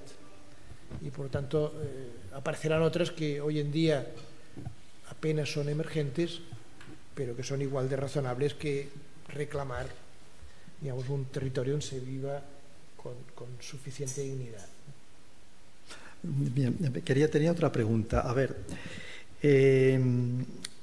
está claro que el llamado proyecto estructural en nuestra legislación urbanística es equivalente a un proyecto territorial.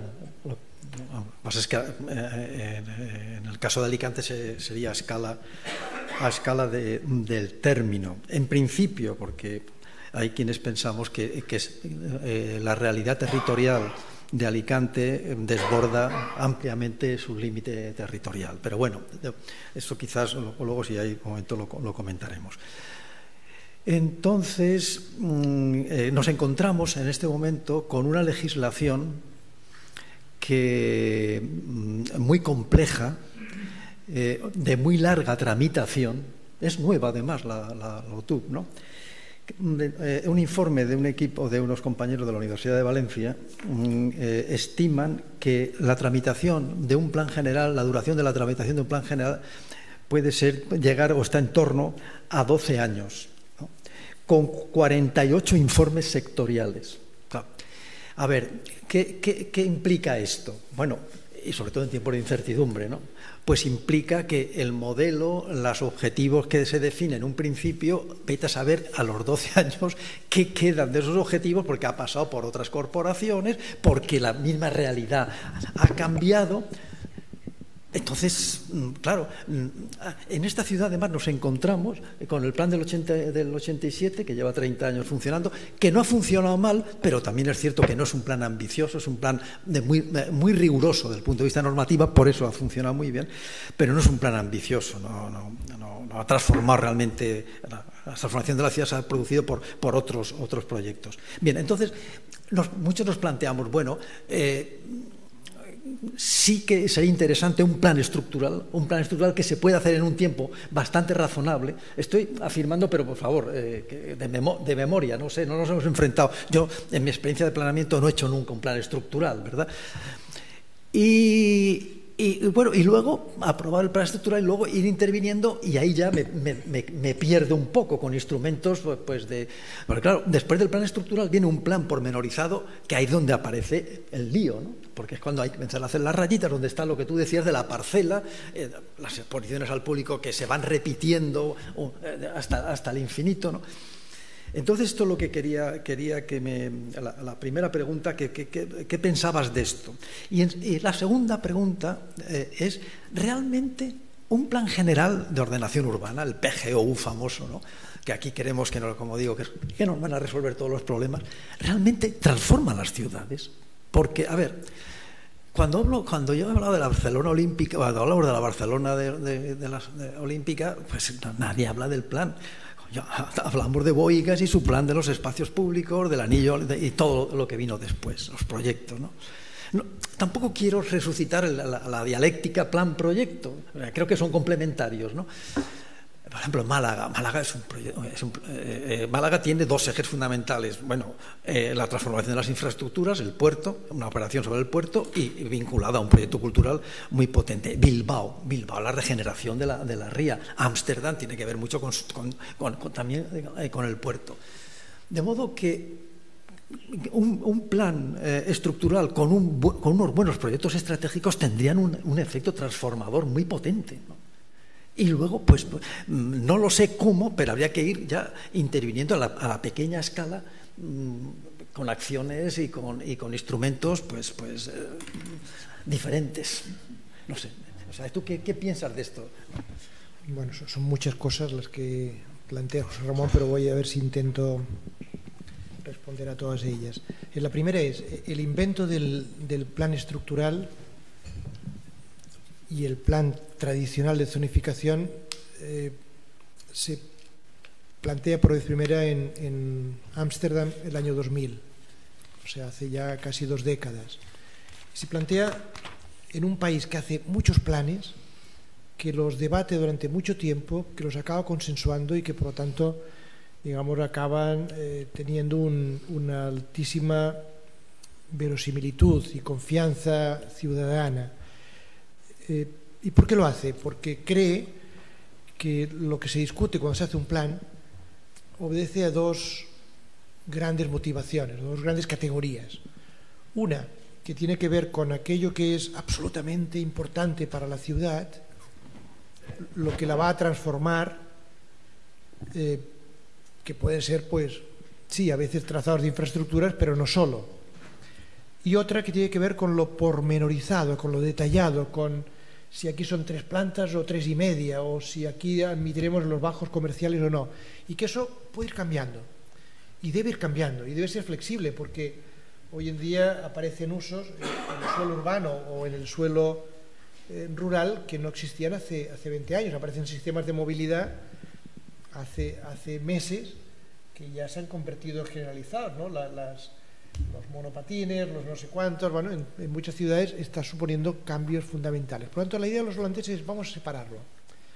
Vamos a hacer un plan estructural que durará 10 años o 20 años, que nos permita después ir cambiando los planes de zonificación, irlos adaptando y que sean mucho más flexibles. Y que si nos equivocamos hoy, lo corrijamos no dentro de 20 años, sino dentro de 2. Porque ya no afectará a toda la ciudad, sino a una manzana o un sector o algo así. Esta es la idea. Esta idea la hemos copiado en diferentes partes de España, no todas las autonomías la han introducido, el caso valenciano lo ha introducido, pero yo creo que lo ha introducido de una manera que a mí me parece que se aleja del modelo original, que es, hagan ustedes a la vez el plan estructural y el plan de ordenación pormenorizada. Incluso se han inventado el procedimiento de aprobación simultánea. Con lo cual lo que estamos haciendo es separando, duplicando los esfuerzos, haciendo doble de papeleo, doble de informes de estas 45 administraciones, pero con toda la dificultad que tenía y toda la falta de flexibilidad, porque al aprobarlo conjuntamente y al imbricarlo, para cambiarlo será mucho más complicado.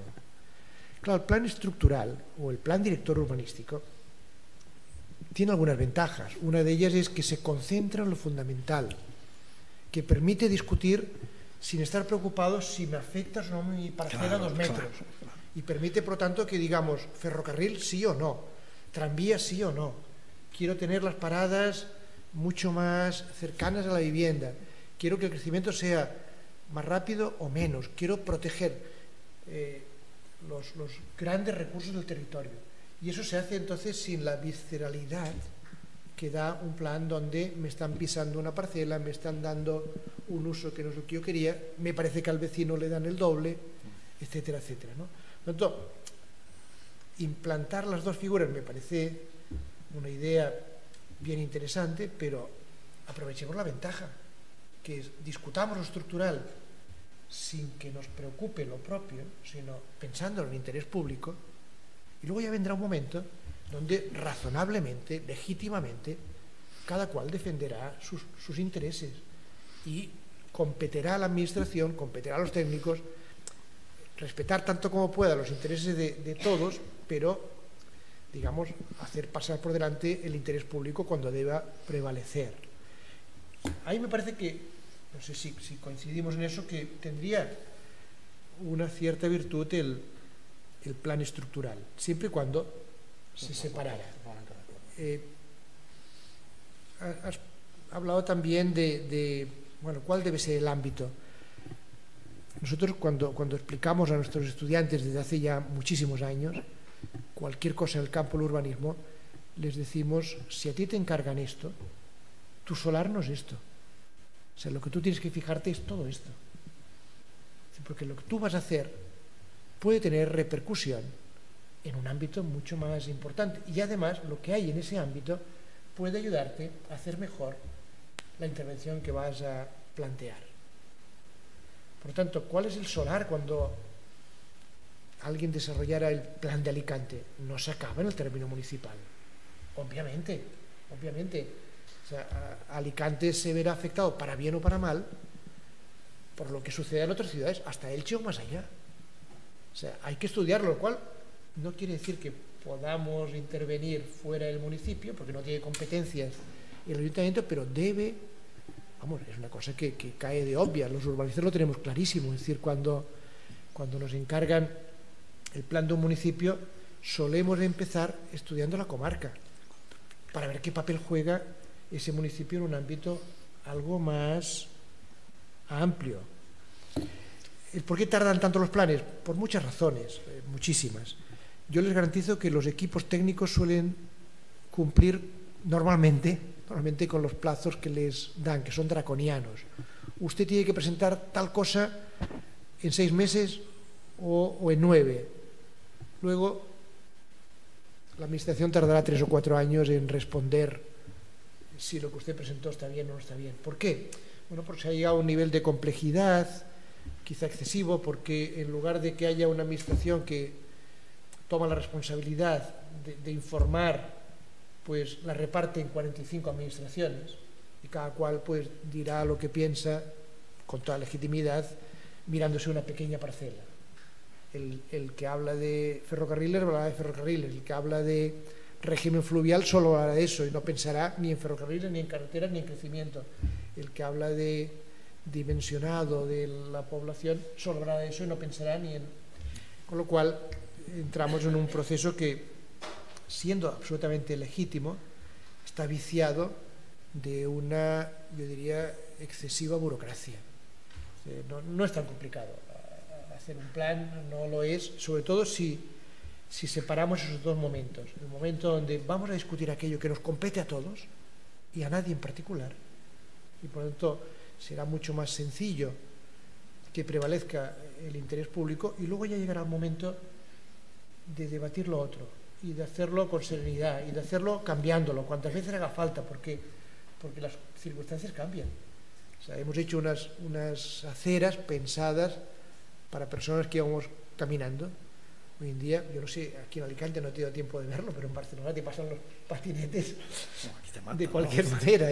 O las bicicletas las hacemos ir al lado de los coches, con el peligro que eso puede suponer en una calle o en una carretera. Es decir, están cambiando tan rápidamente las cosas que todo eso va a implicar cambios en el proyecto de nuestras ciudades, sin duda. Y por lo tanto tenemos que tener instrumentos flexibles que vayan actualizándolo todo, ¿no? O el caso que ustedes han comentado, vamos a ser cada vez afortunadamente más exigentes como sociedad. Y por lo tanto tenemos que tener mecanismos más flexibles, ¿verdad?, para no hacerlo vía juicios larguísimos. Debería poderse resolver con mecanismos mucho más cotidianos. Antonio. Buenas noches. En primer lugar, felicitarle por la exposición. Era como leer uno cuando tiene una idea y no le sale, y lee un libro, un pequeño párrafo y dice, coño, este tío le ha dicho lo que estaba dando el vuelta yo y había sido incapaz de hacerlo en 20 páginas, esto lo ha hecho en 20 minutos, por lo que hoy estábamos observando y hablando justamente de la recuperación de la enfermedad. Cuando habla de cuatro capas y de territorio, como yo soy sociólogo, sí que he hecho en falta, además del tema de la participación, he hecho en falta una capa de análisis sociodemográfico, ¿no? De todo el tema de, por ejemplo, de vulnerabilidad social, de diferenciación del uso del suelo, de cómo la gente usa el suelo, algo más de cuantitativo, demográficamente cualitativo, y sobre todo de temas de vulnerabilidad social, que ya hay mapas que me parece que son relevantes y que no sé si esa concepción de territorio tan física tiene cabida o no tiene cabida. Sí, absolutamente. Le agradezco la pregunta porque evidentemente he hecho una simplificación absoluta en la explicación. Si lo hubiera hecho en un aula de urbanismo hubiera durado el doble y hubiera sido mucho más pesada, más prolija, como dicen en Latinoamérica, ¿no? Todo eso que pregunta y que tiene una importancia grandísima está en la tercera capa. Cuando hablamos de actividades hablamos de personas. También estaría en la primera, porque cuando hablamos del territorio estamos hablando también de personas que intervienen en el territorio. Digamos, cuando estamos hablando de autosuficiencia, de autocontención, estamos hablando de personas que se mueven, que trabajan, etcétera, etcétera.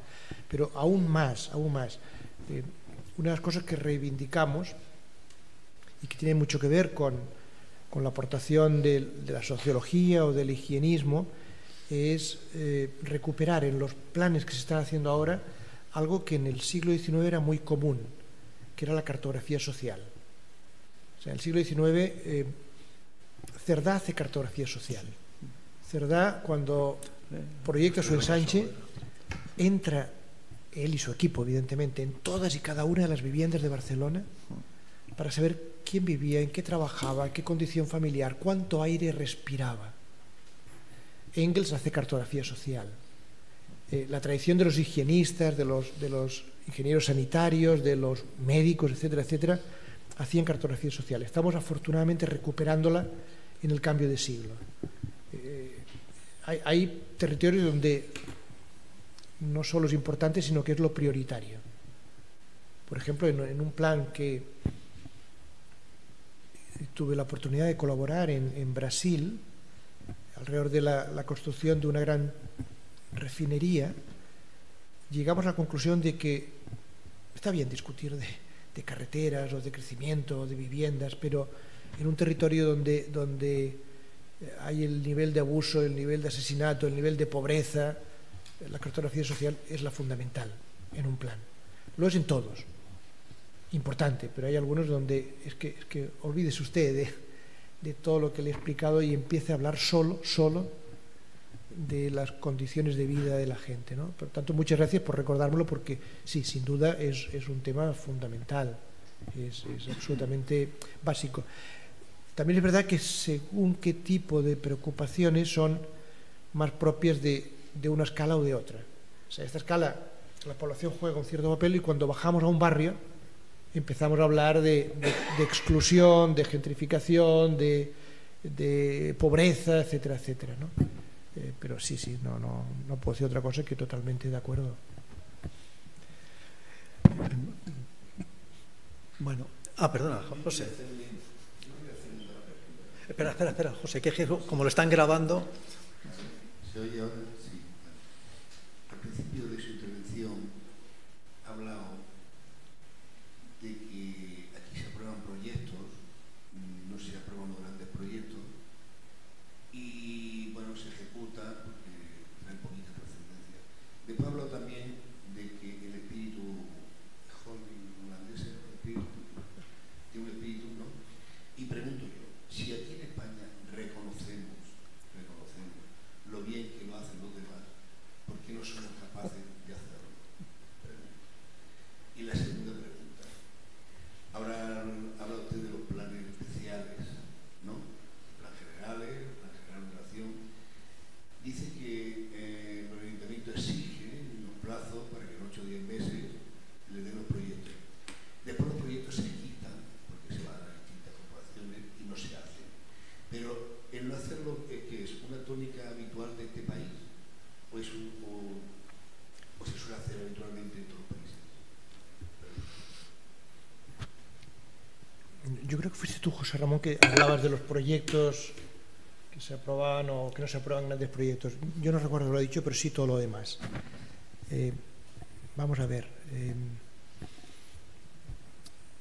En España, en diferentes partes de España, se hacen magníficos proyectos. Se hacen magníficos planes. O sea, tenemos un nivel de concienciación y de calidad en la ejecución que yo me atrevería a decir que no es para nada menor que el de otros países que nos rodean. Al revés, yo creo que hay intervenciones que son punteras. Todos los países, todas las ciudades se miran unos a otros. Yo creo que en el mundo actual cualquier profesional o cualquier administración que quiera mejorar lo que hace, mira qué hace el vecino e intenta aprender de lo que hace el vecino. A veces adivina, a veces no. Yo no me atrevería a generalizar, pero sí que podría decirle que cada vez son más frecuentes, digamos, los viajes profesionales de la administración para conocer lo que hacen otras administraciones y para intentar aprender. Y en muchas ocasiones nos hemos encontrado en mesas de planeamiento de la ciudad de París, que es una ciudad importante, en los edificios donde se reúnen, digamos, los administradores de la ciudad, libros abiertos de cosas que se hacían aquí, en nuestro contexto. Es decir, que también ellos miran lo que se hace aquí. Por lo tanto, yo no me atrevería a decir que las cosas son de una determinada manera, las cosas son de muchas maneras. Yo tuve un profesor, Manuel Rivas Piera, una persona muy reconocida, que tenía una frase que siempre me hizo mucha gracia, porque él decía que las ciudades acaban pareciéndose a sus planes. Y luego a continuación añadía, planea que algo queda. Como diciendo, a veces parece que algo no se lleva a cabo enseguida, pero en la medida en que se planea, no sea un acto individual de una persona aislada que se le ocurre una idea brillante, sino sea un acto colectivo, un anhelo social, una voluntad de hacer un ensanche en su momento, en el siglo XIX, de tener un buen servicio de tranvías. En la medida en que sea eso, a pesar de las dificultades, hemos conseguido verificar que en muchas ocasiones las ciudades acaban incorporándolo. Hace poco acabamos una tesis que comparaba dos ciudades argentinas, Córdoba y Rosario, dos ciudades importantes, la segunda y la tercera de aquel país, en un país donde no hay tanta experiencia en urbanismo como hay en España, ni de lejos, pero que habían hecho planes a lo largo de un par de siglos. Y ellos estaban convencidos de lo que usted estaba diciendo ahora, de que los planes no sirven, que se guardan, que llega otra legislatura y los olvida, y que intenta hacer el suyo, y que vuelve a llegar otro y vuelve a sustituirlo, ¿no? Y esa tesis doctoral lo que consiguió demostrar es que años más tarde las ideas que habían estado en un plan volvían a surgir, y no diré todas, evidentemente, es un país con muchas dificultades, ya lo sabemos, pero muchas de ellas acababan haciéndose realidad, a lo mejor 50 años más tarde. Es decir, que el acto de pensar el territorio, de pensar la ciudad, de intentar proyectarla, si es suficientemente colectivo, si responde a anhelos de la ciudadanía, insisto, si no es un acto individual, autista, etcétera, etcétera, sino que si es, digamos, ampliamente demandado, yo creo que acaba dejando una huella tarde o temprano sobre el territorio. Claro, ¿qué le va a decir una persona que durante 40 años o 40 y tantos años se ha dedicado a intentar proyectar ciudad y territorio, ¿no? Si no creyera en eso, desde luego mal me iría, ¿no? Siempre he tenido esa confianza en que el acto de pensar colectivamente cómo mejorar las ciudades acaba ayudando a hacerlo. Ustedes han pensado colectivamente, con todas las dificultades que tienen, cómo mejorar una condición de ciudad y han acabado consiguiéndolo. Por lo tanto, ese acto de reflexión yo creo que es algo, llámese plan, llámese proyecto, llámese reivindicación, llámese como sea, que es algo que es muy conveniente y que debemos seguir defendiéndolo. La verdad es que las ciudades se miran unas a otras, miran lo que hace el vecino. Bueno, yo creo que esto desgraciadamente no es la tónica aquí, ¿no? Esta mañana, perdona José, esta mañana en la radio, en una entrevista hablando sobre el plan las perspectivas ante el plan, claro, yo cuando le explicaba a Carlos Arcaya que lo que hemos hecho aquí esta semana, porque era una entrevista a propósito de que cerrábamos ya el ciclo de urbanismo, pues, hemos traído una serie de personas, de profesionales, donde vienen a exponernos experiencias que se están haciendo en nuestras ciudades, tan interesantes como lo que nos ha costado Joaquín hoy, lo que nos contó Oriol el otro día, los chicos de Madrid. Entonces, de pronto se me ha ocurrido, bueno, nosotros, Alicante, ¿qué puede mostrar? ¿Qué puede mostrar por ahí? ¿No? ¿Qué proyectos, qué ideas, qué programas? No puede mostrar nada.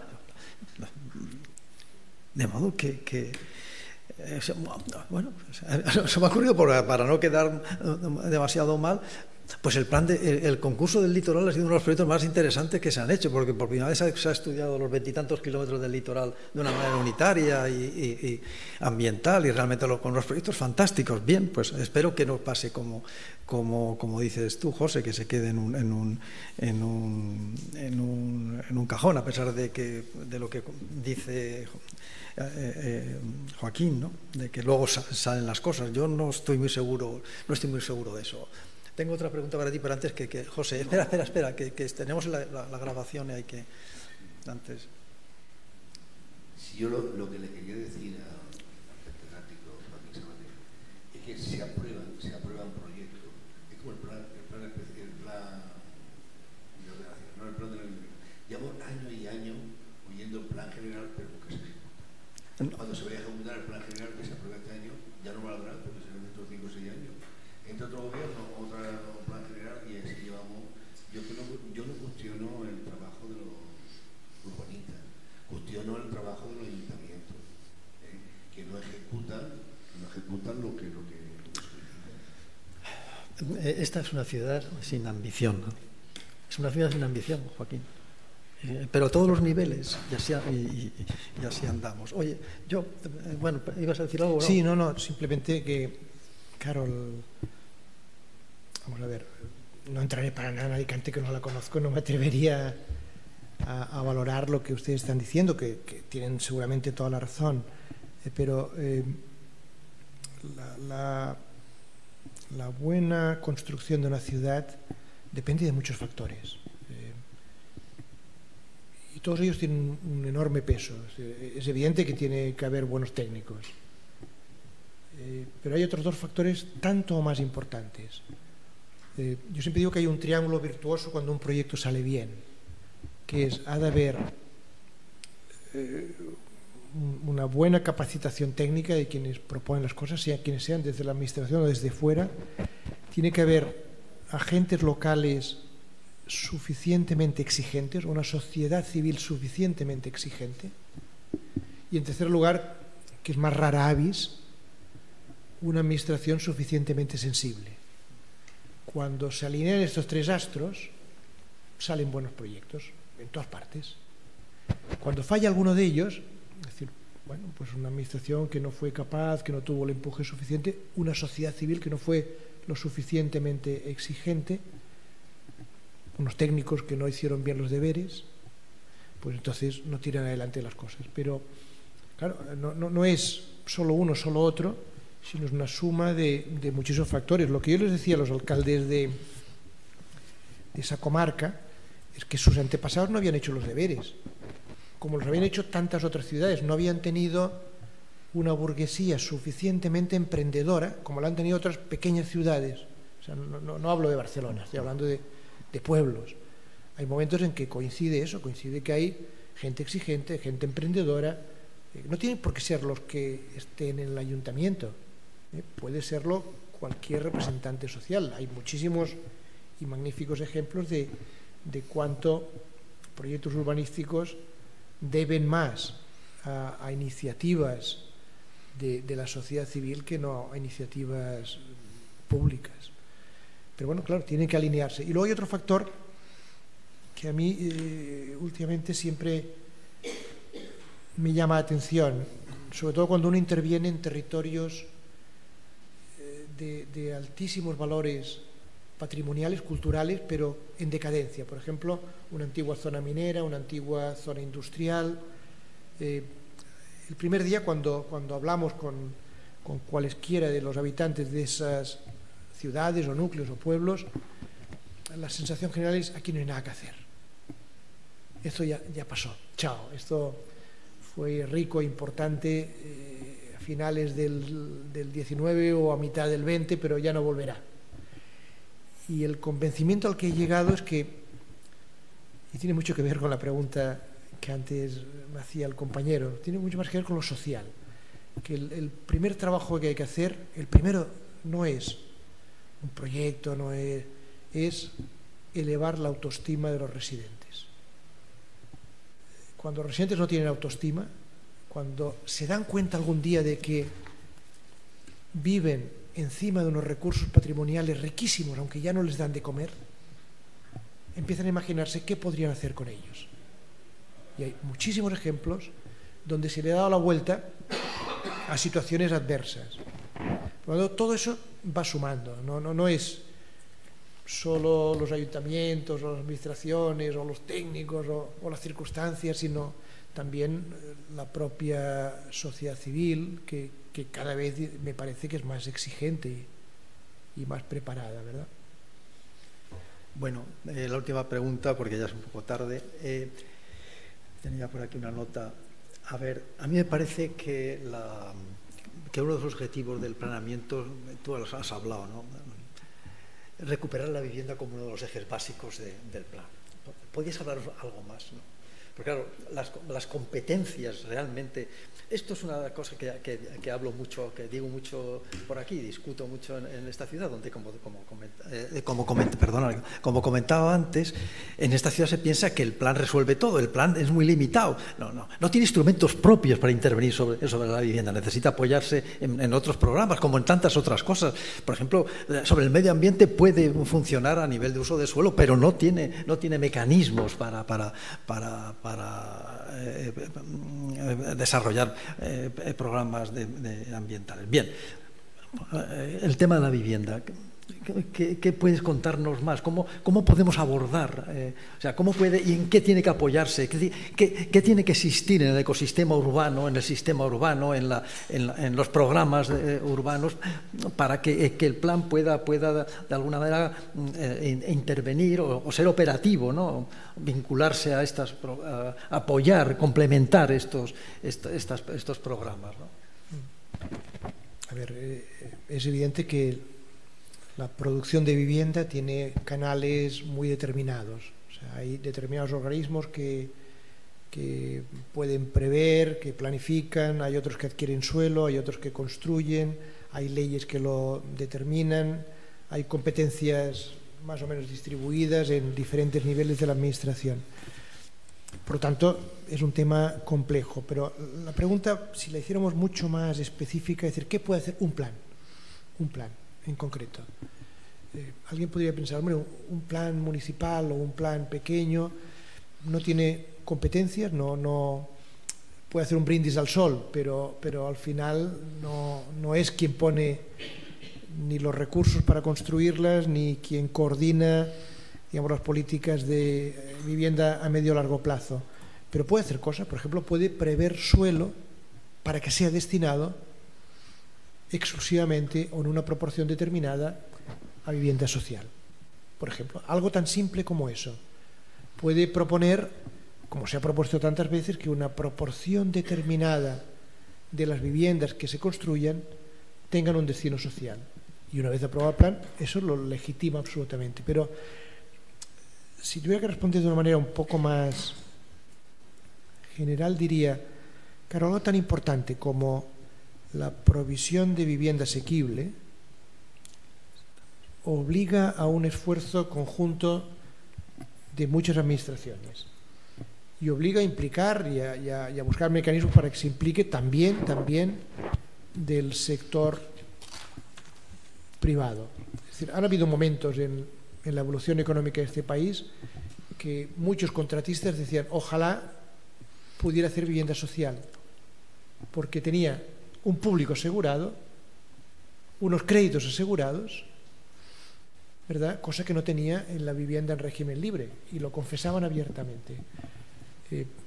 Por lo tanto, se trataría de que desde todas las instancias que pueden intervenir en ello, se apuntara a veces con mayor capacidad, a veces, bueno, una simple gota de agua en un lago, ¿verdad?, pero que facilitaran ese proceso. En este plan, por ejemplo, la Administración apostó muy fuerte por decir, en esas operaciones públicas, la mitad de la vivienda ha de ser vivienda de algún régimen social, de algún régimen, no decía vivienda protegida, tal, no, para jóvenes, para lo que fuere, de sustitución, lo que fuere.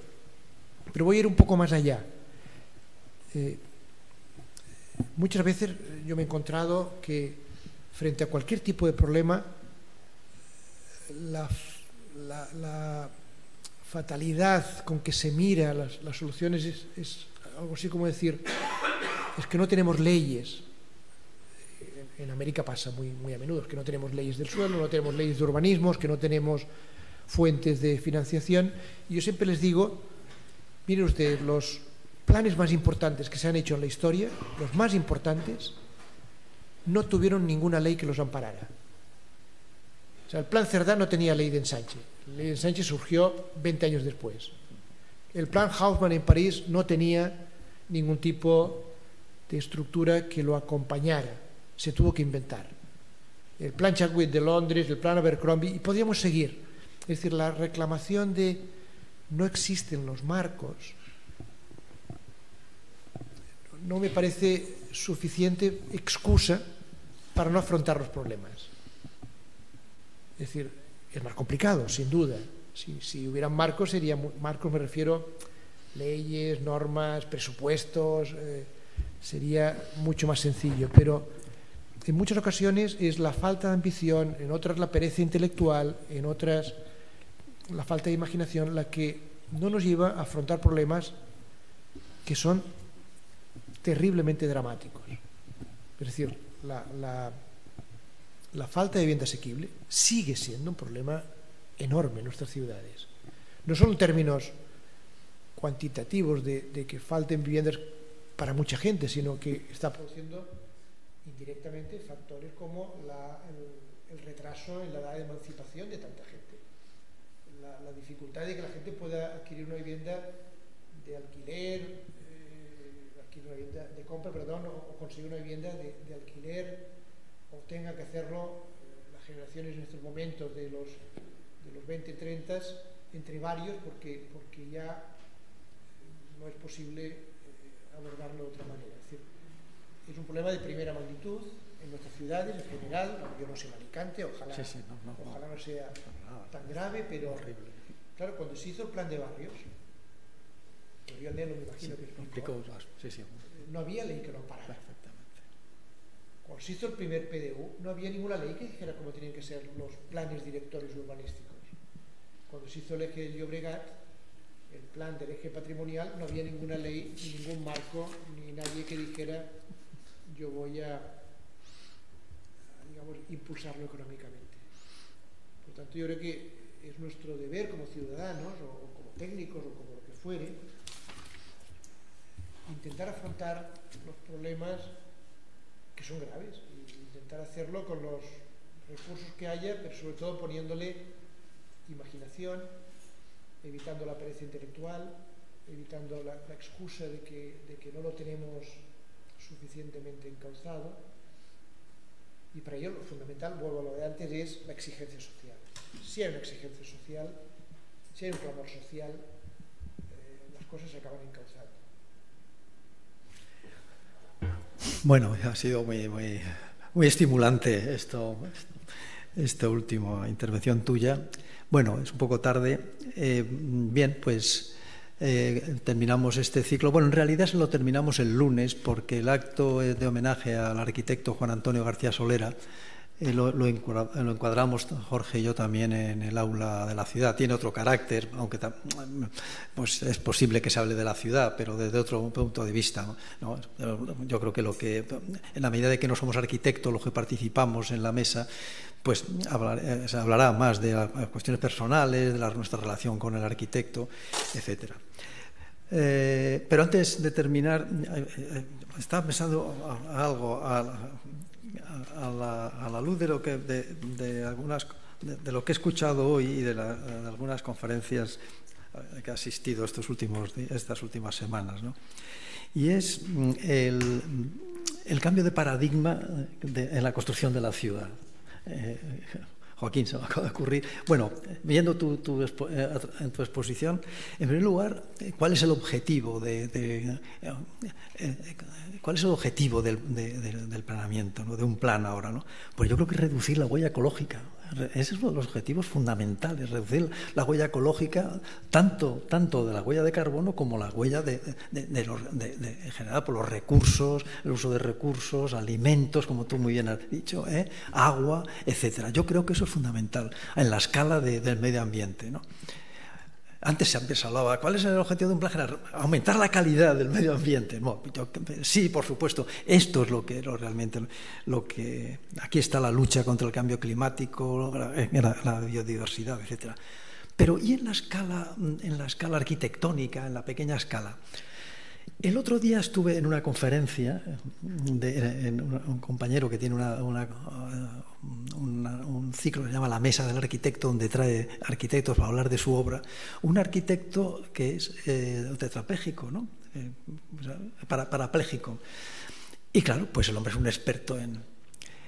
Y claro, en la historia del urbanismo, sobre todo en la historia del urbanismo moderno, el modelo de la escala que define a los espacios construidos, los espacios habitables, los espacios residenciales, lo definió Le Corbusier, el gran arquitecto, en un libro que se llama El Modulor, y que es un señor de pies con la mano el brazo extendido, y entonces tiene una altura del brazo, de la cabeza y del ombligo. Esas son las dimensiones con las cuales uno se relaciona.